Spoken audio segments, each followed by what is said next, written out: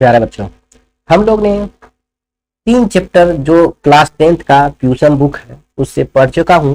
पहला चैप्टर आप देख चुके हैं, मंगलम था। इसको बहुत ही अच्छे से 5 मंत्र को देखे थे। दूसरा है पाटलिपुत्र वैभवम, दूसरा पढ़े थे पाटलिपुत्र वैभवम, पाटलिपुत्र के वैभव। तीसरा हम पढ़े थे आलस्य कथा, आलस्य कथा। और चौथा हम जो है यहाँ पढ़ रहे हैं संस्कृत साहित्य लेखिका। आप जान रहे हैं हमारे 14 चैप्टर हैं इस बुक में। यह 14 चैप्टर से 3 ऑब्जेक्टिव और 1 सब्जेक्टिव, यानी 3 नंबर यहाँ कहिए, 2 नंबर यहाँ कहिए, यानी 5 नंबर प्रत्येक चैप्टर से पूछा जाएगा। यानी 14 25 70 नंबर का ये हम बोल रहे हैं। आप अगर सुंदर से तैयारी कर रहे हैं तो यह सिर्फ 14 घंटा में, यानी 14 हम आधा घंटा ही बना रहे हैं, तो 14 घंटा मैक्सिमम हम 14 घंटा में आपको मानते हैं। 2 बार अगर वीडियो देख लेते हैं तो 14 घंटा में आपको 60 से 65 नंबर 100% हम गारंटी लेता हूं कि आपका आ जाएगा। उसके बाद संस्कृत व्याकरण पढ़ाऊंगा, वह पढ़ने के बाद आपको 100 में 100 नंबर स्कोरिंग आएगा। आप इतना याद रखिएगा, हम आपको वादा करते हैं जिसमें आपको जो भी हम दे देंगे अनुच्छेद, वही अनुच्छेद पूछेगा, जो लेटर लिख देंगे वही लेटर पूछेगा, क्योंकि यह संस्कृत है या हिंदी नहीं है जो निबंध दूसरा आ जाएगा, तीसरा आ जाएगा। समझ गए? यह बहुत कम मेहनत में यहाँ आप स्कोरिंग कर सकते हैं। देरी ना करते हुए हम लोग स्टार्ट करते हैं। आपका चैप्टर का नाम है संस्कृत साहित्य लेखिका, संस्कृत साहित्य की लेखिका। यह किस प्रकार दिया हुआ है? ये निबंध है। क्या है? निबंध है। निबंध क्या होता है आप जान रहे हैं। यह निबंध के रूप में दिया गया है। ये महिला के बारे में चर्चा किया गया है। यह पाठ में नहीं है, यह एक्स्ट्रा हम जोड़े हैं। इस पाठ में क्या पढ़ना है देखिए, लिखा हुआ संस्कृत की सेवा जिस प्रकार पुरुष ने की है उसी प्रकार महिलाओं ने भी वैदिक युग से आज तक इसमें भाग लिया है। प्रायः इस पाठ की अपेक्षा हुई है। प्रस्तुत पाठ में संक्षिप्त रूप से संस्कृत की प्रमुख लेखिकाओं का उल्लेख किया गया है। उनके योगदान संस्कृत साहित्य में अमर है। कहने का मतलब है संस्कृत साहित्य में महिला का क्या योगदान है, इस पर निबंध लिखना है। इसमें बहुत सारी महिला के बारे में पढ़ेंगे। यही है, कुछ है नहीं, बहुत आसान चैप्टर है। आपको हिंदी में ही जवाब देना है। संस्कृत सिर्फ पढ़ने के लिए सीख जाइए, नहीं तो आप इसका हिंदी भी जान रहे हैं तो बहुत सुंदर से आपका सारा मार्क्स मिल जाएगा। नंबर आने में कटौती नहीं होगी, सिर्फ हिंदी जानिए। तब पर भी हम आपको संस्कृत पढ़ के सुनाता हूं और देखिए नीचे हिंदी भी लिखा हूं, इसलिए कि आपको आसानी से समझ में आ जाए। जो बच्चा को पढ़ने में दिक्कत है, सोच रहे हैं वह वीडियो रोक के या हिंदी शब्द लिख लेंगे, 1-2 बार पढ़ लेंगे, इसी से क्वेश्चन आएगा। देखिए कैसे क्वेश्चन आएगा, हम बार बार आपको प्रेरित करते रहते हैं। देखिए लिखा हुआ है आपका चैप्टर के स्टार्टिंग में, समाजस्य यानेम पुरुषः नारीभिश्च चलति। मतलब कह रहा है समाजस्य मतलब समाज का, यान गाड़ी, पुरुषे मतलब पुरुष, नारीस्य मतलब नारी, चौ मतलब दो और। यहाँ इसका मतलब हुआ समाज का गाड़ी पुरुष और नारी से चलता है। क्वेश्चन पूछेगा आपके ऑब्जेक्टिव में, क्वेश्चन पूछेगा समाज की गाड़ी किससे चलता है, क्वेश्चन रहेगा। तो आप क्या जवाब दीजिएगा? जैसे क्वेश्चन पूछेगा समाज की गाड़ी यान किससे चलता है, किससे चलता है। तो आपका ऑप्शन में रहेगा स्त्री से, ऑप्शन 2 में रहेगा पुरुष से, ऑप्शन 3 में रहेगा दोनों से, ऑप्शन 4 में रहेगा कोई नहीं। तो आप ऑप्शन मारिएगा दोनों से, क्योंकि समाज की गाड़ी स्त्री और पुरुष दोनों से चलती है। आगे लिखा हुआ है साहित्य अपि, साहित्य में भी उभयो मतलब कॉमन, दोनों को समानम महत्व है। यानी साहित्य में भी वो दोनों को समान महत्व है। आगे आधुना सर्वभाषासु साहित्ये रचनायां स्त्रियो अपि तत्परा सन्ति यस्य लभ्यते। मतलब कह रहा है आधुनिक समय में भी सभी जगह साहित्य की रचना में भी स्त्रियों को भी तत्परता से देखा गया है, पर स्त्रियों भी तत्पर है और यश भी पा रहा है। समझ गए? यह जो है आधुनिक समय कहिए, आजकल कहिए, वही देखिए आपको हिंदी में भी लिखा हुआ है। समाज की गाड़ी पुरुष और स्त्री के द्वारा चलती है, साहित्य में भी दोनों का समान महत्व है। आजकल सभी भाषाओं की साहित्य रचना में स्त्रियां भी तत्पर है और यश भी पा रही है। यही हुआ, यह तत्पर है, इतना ही काफी है। यह तो एक्स्ट्रा लिखा गया है, तो आप इतना समझिए। समाज की गाड़ी किससे चलती है? नारी और पुरुष दोनों से। साहित्य में दोनों का समान महत्व है। कहेगा साहित्य में किसका महत्व है? स्त्री का है या पुरुष का है या दोनों का है? आप कहिएगा दोनों का है। मतलब आधुनिक समय में ही सभी साहित्य में, सभी भाषाओं में, सर्वभाषासु मतलब सभी भाषाओं में साहित्य की रचना में स्त्रियां तत्पर है। स्त्रियां क्या है? तत्पर है। और उसे यश भी प्राप्त हो रहा है, यश भी पा रहा है। यश यश यश यश यस्य लभ्यते मतलब यश भी प्राप्ति हो रहा है। तो समझ में आ गया? आगे आइए, आगे हम पढ़ेंगे संस्कृत साहित्य प्राचीन कालादेव साहित्य समृद्धो योगदानम न्यूनाधिकम प्रायते। मतलब कहने का है संस्कृत साहित्य में प्राचीन काल से साहित्य के समृद्धि में न्यूनाधिक मतलब कम और अधिक रूप से योगदान प्राप्त हो रहा है। समझ में आया? संस्कृत साहित्य में प्राचीन काल से ही साहित्य के समृद्धि में इनका महिलाओं का योगदान कम और अधिक रूप से रहा है। इतना वो बात आप समझ में आगे। तो आगे पढ़ेंगे पाठे अस्मिन, इस पाठ में अति प्रसिद्धा नाम, अति मतलब बहुत ही जो अति प्रसिद्ध महिला है, अति प्रसिद्धा नाम मतलब इस पाठ में अति प्रसिद्धा नाम मतलब जो महिला प्रसिद्ध है, लेखिका नामे मतलब जो लेखिका है, चर्चा वर्तते जो इस पाठ में क्या पढ़ेंगे? जो अति प्रसिद्ध महिला लेखिका है उनके नाम की चर्चा पढ़ेंगे। एन साहित्य निधि पूर्णे तास्याम योगदानम ज्ञाते। तो कह रहा है इस पाठ में अति प्रसिद्ध महिला लेखिका के बारे में चर्चा है, जिसमें साहित्य रूपी खजाना को भरने में, जिसमें साहित्य रूपी निधि मतलब खजाना निधि को भरने में उन स्त्रियों का योगदान के बारे में जानकारी पर मिलता है। योगदान है, देखिए कहेंगे एन जिससे साहित्य रूपी खजाना भरने में इस साहित्य निधि पूर्ण साहित्य के निधि में, साहित्य के क्षेत्र में यानी साहित्य रूपी खजाना में इनका भी तमसा योगदान, इनका भी योगदान बहुत रहा है। बहुत जानकारी मिलता है साहित्य के स्त्रियों को, बहुत ही प्रसिद्ध लेखिका के बारे में चर्चा मिलती है। अगर वहां समझ में न आया तो यहाँ देखिए संस्कृत साहित्य में प्राचीन काल से ही साहित्य के समृद्ध करने में दोनों का योगदान कम और अधिक रहा है। उभयो मतलब दोनों होता है, दोनों मतलब यहाँ उभयो का मतलब यहाँ देखिए न्यूनाधिक मतलब हो गया कम और अधिक। किसके बारे में बोला गया है? पुरुष और महिला दोनों के बारे में बोला गया, कम अधिक रहा है। इस पाठ में अति प्रसिद्ध महिलाओं का चर्चा है, जिसमें साहित्य रूपी खजाना को भरने में उन स्त्रियों का योगदान के बारे में जानकारी होता है। साहित्य के क्षेत्र में जो अच्छा योगदान दिया है उनको जानकारी मिलेगा इस अध्याय से। आगे हम लोग पढ़ेंगे, यहाँ से आपका संस्कृत का स्टार्ट हो, तो पाठ परिचय था, यहाँ से आपका बुक में स्टार्ट हो गया। तारा विपुलम मतलब विशाल, विपुलम मतलब विशाल, संस्कृत साहित्यम विभिन्न कवि शास्त्रकारेस्य संवर्धितम मतलब कह रहा है विशाल, विपुल मतलब विशाल संस्कृत साहित्य के विभिन्न मतलब बहुत अनेक कवियों ने शास्त्रकारों द्वारा, शास्त्राश्चर्य मतलब शास्त्रकारों द्वारा संवर्धते अत्यंत समृद्ध किया गया है। मतलब इसका देखिए यहाँ भी लिखा हुआ विशाल संस्कृत साहित्य अनेक कवियों द्वारा, शास्त्रकारों द्वारा अत्यधिक समृद्ध किया गया है। इसका मतलब ये हुआ। समझ में आया? आगे पढ़ेंगे वैदिक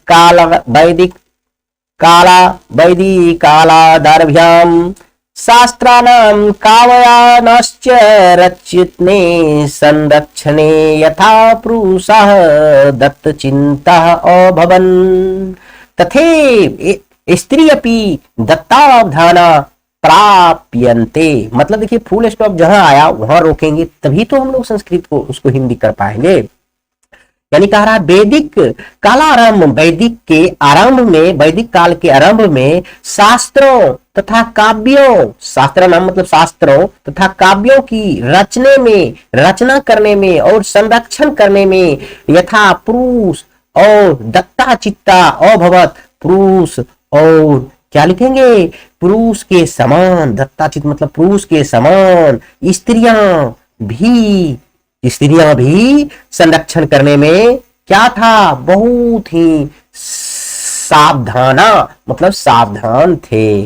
स्त्रियां भी पुरुष दत्ता मतलब पुरुष जिस प्रकार से समृद्धि का काम करता था, पुरुष संरक्षण का काम करता था, पुरुषा दत्ता चिता मतलब पुरुष जिस प्रकार से संवर्धन का काम करता था, संरक्षण का काम करता था, पुरुष के समान स्त्रियां भी सावधान थी। पुरुष तथे मतलब तभी तो स्त्रियां, तभी तथे तब क्या हुआ, किंतु या तथे मतलब आप समझ लीजिए समान, तो स्त्रियां अपी दत्ता असाधा जत्ता अवधाना प्रायते। अवधाना मतलब होता है सावधान, अवधाना मतलब सावधान थी, मतलब पुरुष के समान स्त्रियां भी सावधान थी। इसका हिंदी देखेंगे यहाँ, वैदिक काल के आरंभ से ही शास्त्रों तथा काव्यों की रचना और संरक्षण में पुरुष के समान स्त्रियां भी सावधान थी। मतलब वैदिक काल से ही शास्त्र और काव्य की रचना में पुरुष के समान स्त्रियां भी क्या थी, सावधान थी।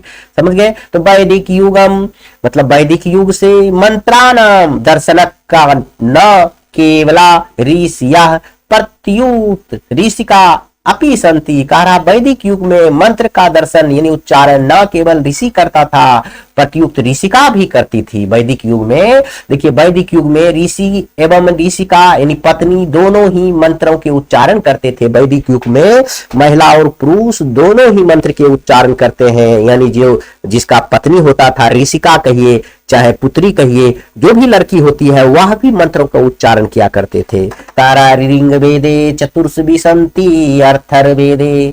कहा रिंग वेद में 24, यहाँ कह रहे चतुर्विशंति मतलब 24, रिंग वेद में 24 और अथर्ववेदे 54 मतलब अथर्ववेद में 5 ऋषिका मंत्र दर्शनवत्यो निदिश्यन्ते।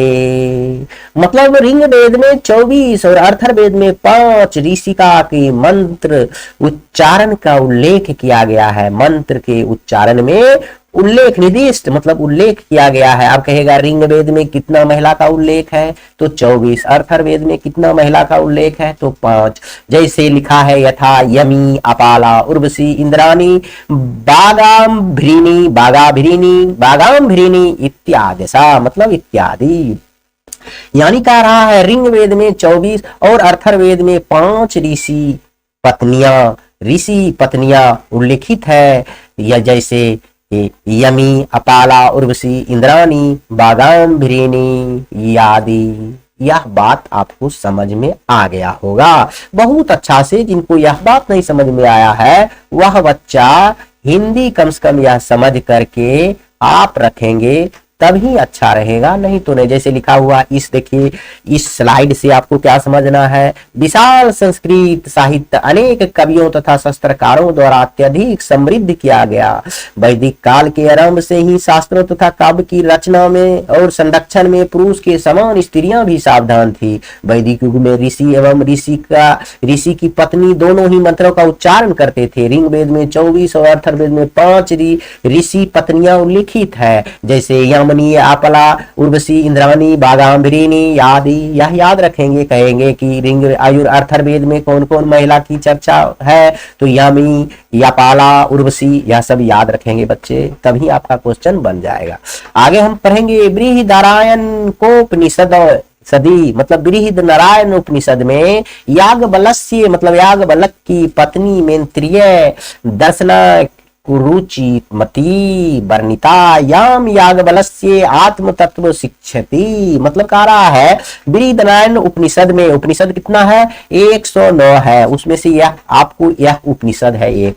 इसमें उपनिषद में एक लिखा हुआ है याज्ञवल्क्य की पत्नी है मैत्रेयी। यह कैसी थी, दार्शनिक रूप में है। यह महिला जो है दार्शनिक रूप में वर्णन है, जिसमें या मतलब जिसको में या जिनको याज्ञवल्क्य आत्म तत्व की शिक्षा दी, मतलब याज्ञवल्क्य ने आत्म तत्व की शिक्षा दिया है, आत्मज्ञान की शिक्षा दी है। किसको, मैत्रेयी को। अब कहेगा मैत्रेयी को कौन सी शिक्षा दी गई है, तो आत्म तत्व की शिक्षा दी गई है। मैत्रेयी कौन है थी, तो याज्ञवल्क्य की पत्नी थी। यह सब कहाँ लिखा गया है, तो उपनिषद है बृहदनारायण, उस उपनिषद में लिखा गया है। अब कह रहे जनकस्य सभायाम शस्त्रार्थ कुशलम गार्गी वचनावई तिष्ठति स्मः।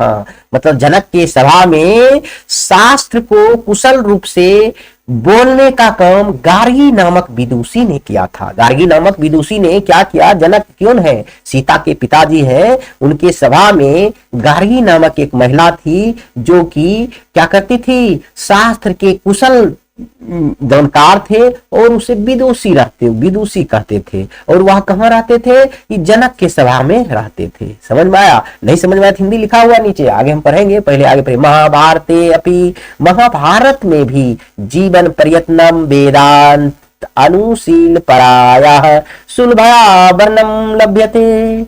मतलब कह रहा है महाभारत में भी जीवन प्रयत्न वेदांत अध्ययन में स्त्रियां रही है, वेदांत अनुशीलन में स्त्रियां रही है। यह बात आसानी से वर्णन में मिलती है। यह बात सुलभा मतलब आसानी से मिलती है। सुलभ यहाँ नाव नहीं है, सुलभ क्या है? आसानी है, आसानी से प्राप्त होता है। देखिए आपको लिखा हुआ बृहदनारायण उपनिषद से याज्ञवल्क्य की पत्नी मैत्रेयी दार्शनिक रूप से वर्णन है, जिसको याज्ञवल्क्य जी ने आत्म तत्व की शिक्षा देते हैं। जनक की सभा में शास्त्रार्थ कुशल गार्गी नामक विदुषी रहती थी। जनक के सभा में कौन रहती थी? शास्त्रार्थ कुशल गार्गी, शास्त्र के जानकारी जो जिसके पास थी। विद्वान विदुषी क्या होता है? ये जो पुरुष कोई विद्वान रहता है तो उसको विद्वान कहता है, महिला अगर विद्वान रहता है उसको विदुषी कहता है। स्त्रीलिंग विद्वान का स्त्रीलिंग विदुषी हो गया। गार्गी कहाँ रहती थी? जनक के सभा में रहती थी। महाभारत में भी जीवन प्रयत्न वेदांत अध्ययन में स्त्रियां रही है। महाभारत में भी जीवन प्रयत्न अध्ययन करने में स्त्रियां आगे रही है। यह बात आसानी से वर्णन मिलती है। यह बात कहां से मिलती है? आसानी से सुलभ प्रकार से वर्णन किया गया है महाभारत में भी। देखिए आगे पढ़ेंगे। लौकिक संस्कृत साहित्य प्रायेण चत्वारिंशत् कवयित्रीणां सार्धशतं पदानि स्फुट रूपेण ततो लभ्यते। मतलब कह रहा है लौकिक संस्कृत साहित्य में भी प्रायेण मतलब प्रायः 40 कवित्री का 40 कवि 44 मतलब 40 कवित्री मतलब कवित्रियों का सर्धशतक मतलब 150 सर्धशतक मतलब 150 पद स्पष्ट रूपेण मतलब कि स्पष्ट रूप से इत स्थिते मतलब जहां तहां लभ्यते मतलब प्राप्त होते हैं। मतलब लौकिक साहित्य में प्रायः 40 कवित्री का 150 पदे स्पष्ट रूप से जहां तहां प्राप्त है। आगे पढ़ेंगे। तासु विजयंका प्रथमा कल्पा वर्तते। उसमें से विजयंका का प्रथम कल्प है। उसमें से जो है 40 गो महिला है। लौकिक संस्कृत में कितना महिला की वर्णन किया गया है? 40 महिला के 150 पद का स्पष्ट किया गया है, जिसमें से 1 नंबर पर विजयंका है। यह श्याम वर्ण की है। तारा साचौ मतलब यह जो है श्याम वर्णम दिति मतलब यह श्याम वर्ण की है। पदे नाने स्फुटी वर्णती श्याम वर्ण की है और यह इस पद में स्पष्ट होता है। यह इस पद से स्पष्ट होता है। कौन पद से स्पष्ट होता है? यह जो 150 पद लिखा है 40 महिलाओं ने, यह 40 महिलाओं के बारे में 150 पद है। यह 150 पद में से एक पद जिसमें है विजयंका के बारे में लिखा हुआ है कि यह श्याम वर्ण की है। विजयंका किस कलर की है? श्याम वर्ण की है। और इस पद से स्पष्ट होता है कि विजयंका प्रथम नंबर पर है, प्रथम कल्प है। यह 150 में से प्रथम पद क्या है? विजयंका के बारे में है और यह श्याम वर्ण की विजयंका है। इतना याद रखेंगे। आप देखिए विजयंका के बारे में कुछ लिखा गया है। नीलोत्पलदल श्यामलम श्यामाम विजयंका जानता। मतलब कह रहा नीले तुपलदम नीले के समान नीले के समान श्याम वर्ण की विजयंका को कौन न जानता। स्वयं वर्ण की विजयंका को कौन नहीं जानता। व्यर्थे मतलब व्यर्थ ही कौन नहीं जानता। व्यर्थ ही दंडीना प्रोक्ता सर्व शुक्ला सरस्वती। यानी कह रहा है नीले कमल के समान श्याम वर्ण की विजयंका को कौन नहीं जानता। यहाँ लिख देंगे कौन नहीं जानता। यह क्या है? कौन नहीं जानता। जानते हुए सरस्वती को सर्व शुक्ल डांडी द्वारा व्यर्थ ही कहा गया है। सरस्वती सर्व शुक्ल डांडी द्वारा व्यर्थ ही कहा गया है। देखिए सर्व शुक्ल डांडी क्या है? एक नाम है। यह क्या है, नाम है। तो यहाँ क्या होगा, सर्व शुक्ल डांडी द्वारा व्यर्थ ही इसे सरस्वती कहा गया है। विजयंका को क्या कहा गया है, सरस्वती कहा गया है। तो ही कहा रहा, नीले तलदल श्यामा, जो नीले कलर कमल के समान जो श्याम वर्ण की है विजयंका, उसको कौन नहीं जानता, उसको कौन नहीं जानता है। व्यर्थ ही, यह व्यर्थ ही, व्यर्थे मतलब व्यर्थ ही सर्व शुक्ला सरस्वती, सर्व शुक्ला डांडी ने व्यर्थ ही कहा उसको सरस्वती, व्यर्थ ही उसको सरस्वती कहा है। आगे हम पढ़ेंगे, तास्या काला मतलब उसका समय, उनका समय, समझ गए, उन्हीं का समय में, किनका समय में, विजयंका का समय में। तस्या काला मतलब उनका समय, अष्ट शतक मतलब 8वीं शताब्दी, मित्यानुमितिये मतलब 8वीं शताब्दी में अनुमान लगाया जाता है, अनुमान किया जाता है उनका समय। देखिए लिखा हुआ उनका समय 8वीं शताब्दी में अनुमान किया जाता है। चालुक्य वंश से मतलब चालुक्य वंश का चंद्रादित्य यस्य मतलब चंद्रादित्य का रागी मतलब रानी विजय भट्टारी के विजयंका इति मानते, मतलब कह रहा है कि देखिए इनका समय 8वीं शताब्दी अनुमान किया जाता है। अनेक विद्वानों का मानना है कि चालुक्य वंश के राजा चंद्रादित्य की रानी विजय भट्टायर का ही विजयंका है। बहुत लोग मानते हैं कि 8वीं शताब्दी में, कब 8वीं शताब्दी में लोग मानने लगे, 8वीं शताब्दी में अनुमान लगाने लगे कि चालुक्य वंश के वो था राजा जिसका नाम था आदित्य चंद्रादित्य, उसका जो पत्नी थी विजय भट्टारिका, उसी को लोग विजयंका मानते थे।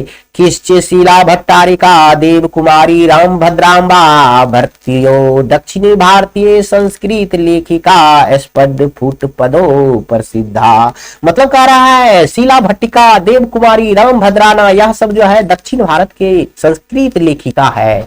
क्या है ऐसा, संस्कृत लेखा, याद रखेंगे, कहेगा दक्षिण भारत के एक लेखिका का नाम लिखे संस्कृत लेखिका को, तो आप कहिएगा देव कुमारी, शीला भट्टारिका और राम भद्रांबा, यह तीनों याद रखिएगा। देखिए वही हिंदी में इसका समय 18वीं शताब्दी में अनुमान किया जाता है। अनेक विद्वानों का मानना है कि चालुक्य वंश के राजा चंद्रादित्य की रानी विजय भट्टिका ही विजयंका है, कुछ और शीला भट्टिका और कुछ और क्या है, शीला भट्टिका देव कुमारी राम भद्रा आदि दक्षिण भारतीय संस्कृत लेखिका के कवि में कविताओं प्रसिद्ध है। या दक्षिण भारत की, जैसे हम लोग उत्तर भारत में है बिहार, दक्षिण भारत में जैसे तमिलनाडु हो गया, केरल हो गया, कर्नाटक हो गया, यह सब दक्षिण भारत की महिला प्रसिद्ध थी। तो आप याद रखेंगे एक दो महिला के नाम। आगे हम देखेंगे विजयनगर के नरेशा मतलब राजा संस्कृत भाषा संरक्षणाम कृत प्रयासा आसीन्निति विदित में, मतलब कह रहा है विजयनगर के नरेश यानी राजा ने संस्कृत भाषा की रक्षा, संरक्षण मतलब रक्षा के लिए जितना कृतज्ञता आसित मतलब जितना प्रयास किया वह ज्ञात ही है, जितना प्रयास किया विदित में मतलब विदित है, वह ज्ञात है, विदित है या वह ज्ञात है। आगे पढ़ेंगे तेसामंता पूरे अपी मतलब उसके अंतपुर में, देखेंगे तीसामंता पूरे अपी उसके अंतपुर में संस्कृत रचना कुशला रागियो अभवत, संस्कृत के कुशल रचनाकार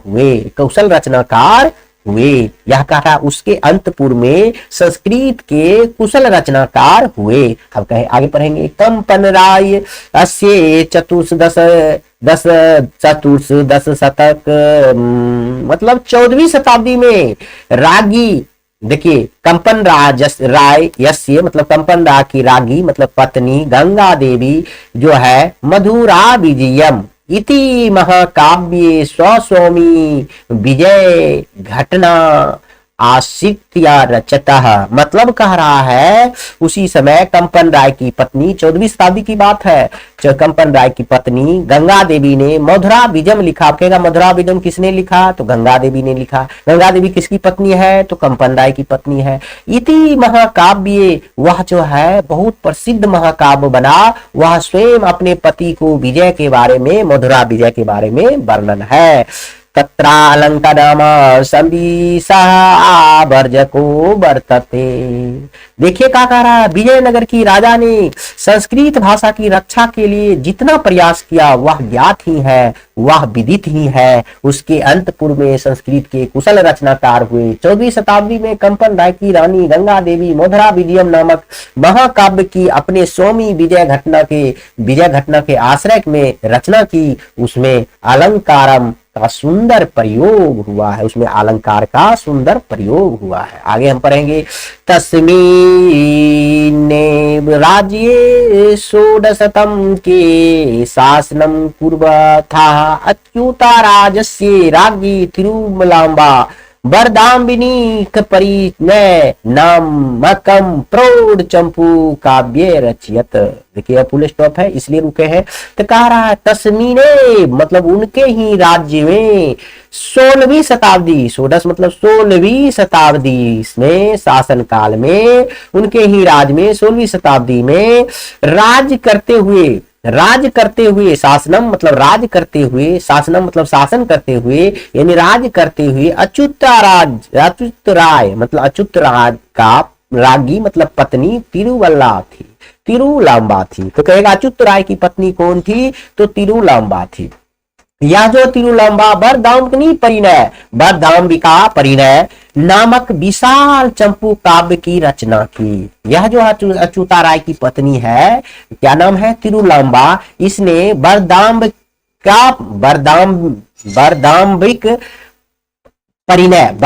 परिणय नामक एक प्रौढ़ मतलब बहुत ही विशाल, प्रौढ़ मतलब विशाल चंपू काव्य की रचना की। इतना याद रखें। तत्र मतलब होता है वहां, समझ गए, विशाल चंपू काव्य की रचना की। और तत्र संस्कृत गद्यस्य छठा समस्त पदावल्यस्य ललित पद विन्यासेन चातीव शोभते। मतलब कह रहा है उसमें संस्कृत जो है छठा तथा सुंदर, छठा पदावल्य मतलब सुंदर, पद विन्यास देखिए पद ललित मतलब सुंदर, पद विन्यासेन 34 मतलब अति शोभते हैं, अति स्मरणीय है। संस्कृत साहित्य प्रयुक्तम दीर्घतम समस्त पदम समस्त पदमणि समस्त पदमपि तत्रे लभ्यते। मतलब संस्कृत साहित्य में लंबे समय तक पद का प्रयोग उसी में हुआ है। पद का प्रयोग दीर्घतम मतलब लंबे शब्द का समस्त पद का प्रयोग उसी में हुआ है। देखिए हिंदी पढ़ेंगे। उनके ही राज्य में 16वीं शताब्दी में राज करते हुए अच्युत राय की रानी तिरुवलांबा ने वरदाम्बिका परिणय नामक विशाल चंपू काव्य की रचना की। उसमें संस्कृत गद्य की छठा तथा सुंदर पद विन्यास अति रमणीय है, मतलब बहुत सुंदर है। संस्कृत साहित्य में लंबे समस्त पद का प्रयोग उसी में हुआ है। आगे हम देखेंगे, मित्ता यह लास्ट ही होगा, बस ये 2 स्लाइड है, उसके बाद आपका पूरा की पूरी आपका यह चैप्टर समाप्त हो जाएगा। आधुनिक काल में आएंगे। बस देखिए, आधुनिक काले संस्कृते लेखिकासु पंडिता छमाराम। आधुनिक काल के संस्कृत लेखक में पंडिता छमाराम, जो उसका जन्म 1890 में हुआ, 1953 में मृत्यु हो गया। नामधेशा विदुषी अति प्रसिद्ध, पंडिता छमाराम नाम की विदुषी जो है अति प्रसिद्ध थे। तया स्वपितो मतलब तब जो है वो अपना स्वपिता मतलब अपने पिता शंकर पांडुरंगा पंडितस्य महतो विदुषी जीवन चरित्रम शंकर चरित्रम इति रच्यते। तब जो है वो अपने स्वपिता अपने पिता शंकर पांडुरंगा के महत्व को यह विदुषी ने जीवन चरित्र के एक नाम लिखा, एक बुक लिखा जिसका नाम है शंकर चरित्रम। अपने पिता के नाम से ही बुक लिखा। देखिए हिंदी लिखा हुआ है। आधुनिक काल में संस्कृत लेखिका ने में पंडित छमाराम नाम की विदुषी बहुत प्रसिद्ध थी। यहाँ तक हो गया प्रसिद्धा तक। उन्होंने अपने पिता पंडित शंकर पांडुरंगा की महान विद्वानता जीवन चरित्र पर शंकर चरित्रम की रचना की। यह जो पंडित छमाराय है क्या चीज का रचना की? शंकर चरित्रम की रचना कौन की? पंडित छमाराय ने की। वो अपने पिता जो है पंडित शंकर पांडुरंगा को महान विद्वता को देखते हुए उनकी चरित्र पर एक बुक लिखा जिसका नाम है शंकर चरित्रम। याद रखेंगे। आगे देखिए, गांधी दर्शन प्रभाविता सा सत्यग्राही गीता मीराल हरि।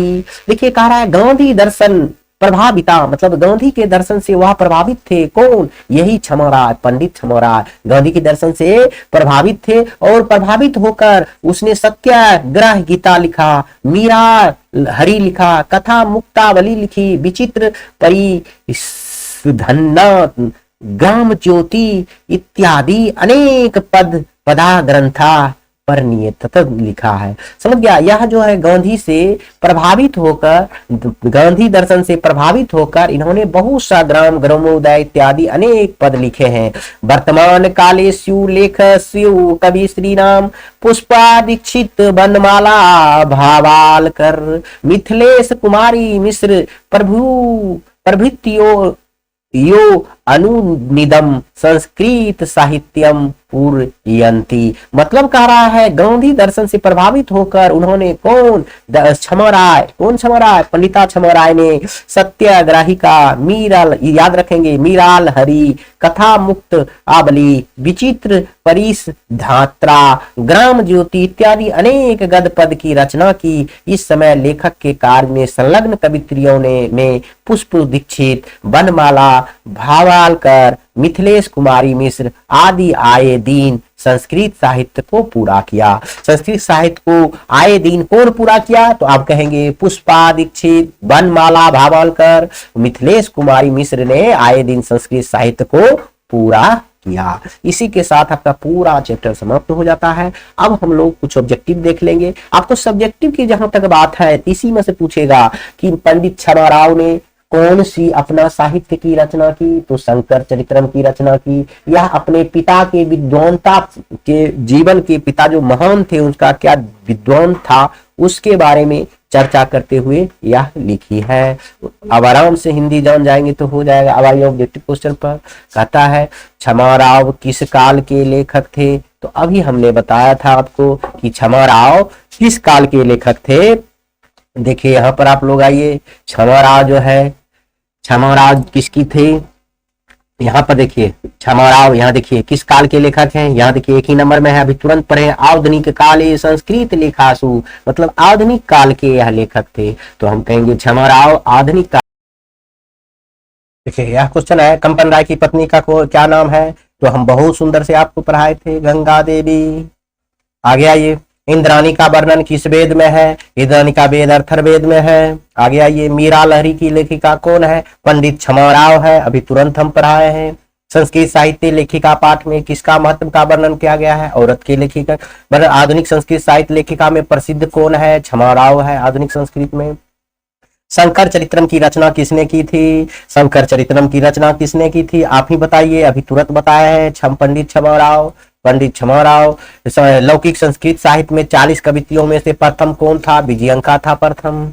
ऋग्वेद में कितनी महिलाएं का वर्णन है? तो 24। अथर्ववेद में कितनी? तो 5। अच्युत राय की पत्नी का नाम, अच्युत राय की पत्नी का नाम तिरुलांबा है। तिरुलांबा है। बहुत सुंदर से, किस युग में मंत्रों का दार्शनिक दर्शिका ने केवल ऋषि और बल्कि ऋषिका भी करते थे? तो वैदिक युग में दोनों करते थे। याज्ञवल्क्य ने अपनी पत्नी की कौन सी शिक्षा दी? आत्मतत्व की, कई बार बोले हैं। मधुरा विजय महाकाव्य की रचना किसने किया था? तो देखिए मधुरा में विजय के लिए महाकाव्य की रचना गंगा देवी ने किया था अपने पति के विजय पर। बरदाम्बिक परिणय संकाव्य की रचना किसने की थी? तो यह तो आप आराम से बता सकते हैं। इसकी रचना जो है इसकी रानी अच्युत राय की रानी तिरुलांबा ने की थी। जनक की सभा में शास्त्रार्थ कुशली कौन विदुषी थे? जो विद्वान थी गार्गी थी।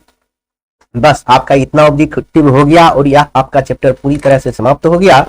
अब आप लोग चाहते हैं कि सब्जेक्टिव भी हो जाए तो आप सब हिंदी में, अगला वीडियो में हम देखेंगे 5 या 6 नंबर से कि आपको हम सब्जेक्टिव भी क्वेश्चन लेकर आए, लेकिन आप देख लीजिएगा हिंदी तो उससे आपका सारा सब्जेक्टिव बन जाएगा। इसी के साथ वीडियो समाप्त करते हैं। जय हिंद।